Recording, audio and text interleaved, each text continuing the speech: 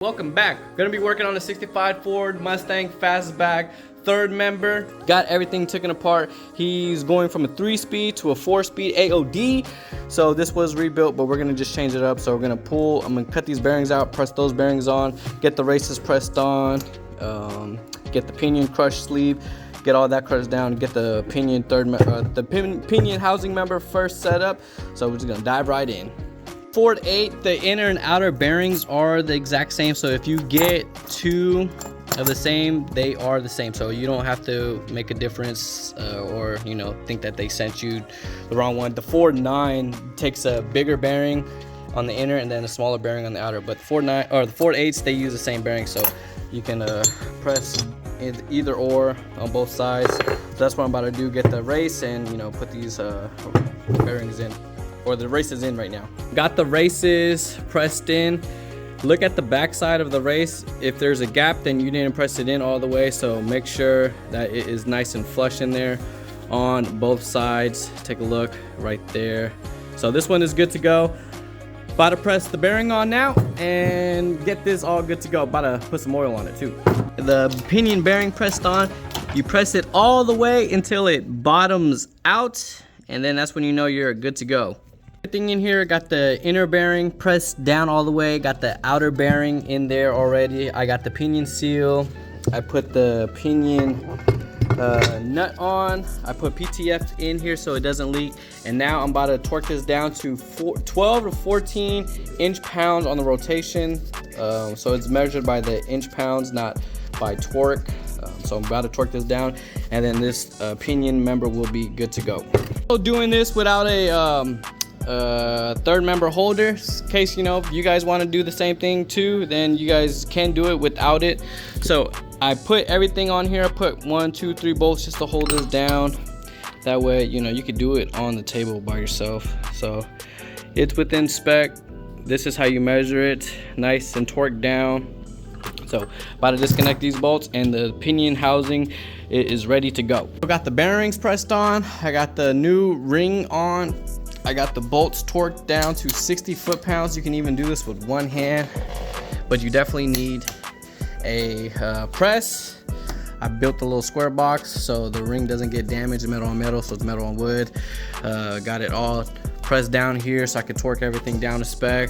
A little bit of Loctite on these, so the ring and the posi is good to go. This was set up before with the old ring pinion 308. The shim that they used was a 20, so I did the 20 as a base point just to see my reference point so you can see where it's landing at. So I'm gonna run 3 patterns. Right now I got it at 23.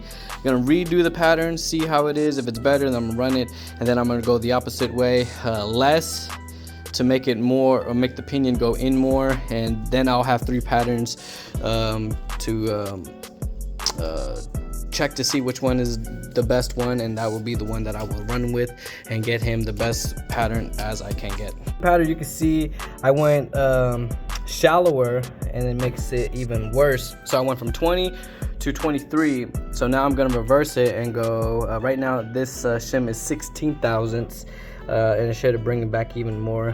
Now I went, instead of going shallow, I went deeper in to the tooth, and we're gonna run the pattern and see if it's better. If you want to do this by yourself without a third member housing holder, you get it like a bar, you put it here, and then use your torque wrench, and it'll eventually just lock into place, and you put it in a headlock and you torque this down. So got these torqued down to 60 foot-pounds. These are at 20 pounds. I put a little Loctite just in case. The pinion support housing, they're between 35 and 45, so I got it at 40 with a little bit Loctite and all torqued down. This thing is good to go, nice and solid. 6 thousandths on the backlash. Pattern looks pretty good. Drive side, coast side. So this is gonna wrap this one up. This one is done, and it is hot in here. 65 Ford Fastback, Ford 8. That's how I put it together. I haven't had no issues. I believe he got this from Summit or Quick Performance. You can just tell by the box, they're not really the best ring and pinion in my personal case. Take you can tell a lot just from boxes. Box, no name, no brand. Summit, Summit brand, I guess maybe. So Summit, no box. CR gears is what I usually run. They did send the wrong bearings with the rebuild kit, and you know, these are coils. I really don't like them, you know, made in Japan. He was lucky that I had some spare Timken carrier bearings with the races, and got him all down, all torqued and spec. So this one is done. Gonna wrap this one up. Next thing up, I got an 8.2 to do. Just gonna wrap it up for this video. Gonna send this to the owner, put it all together so he can see how it was to get built, and that's gonna be that, man. So I'll see you guys on the next one.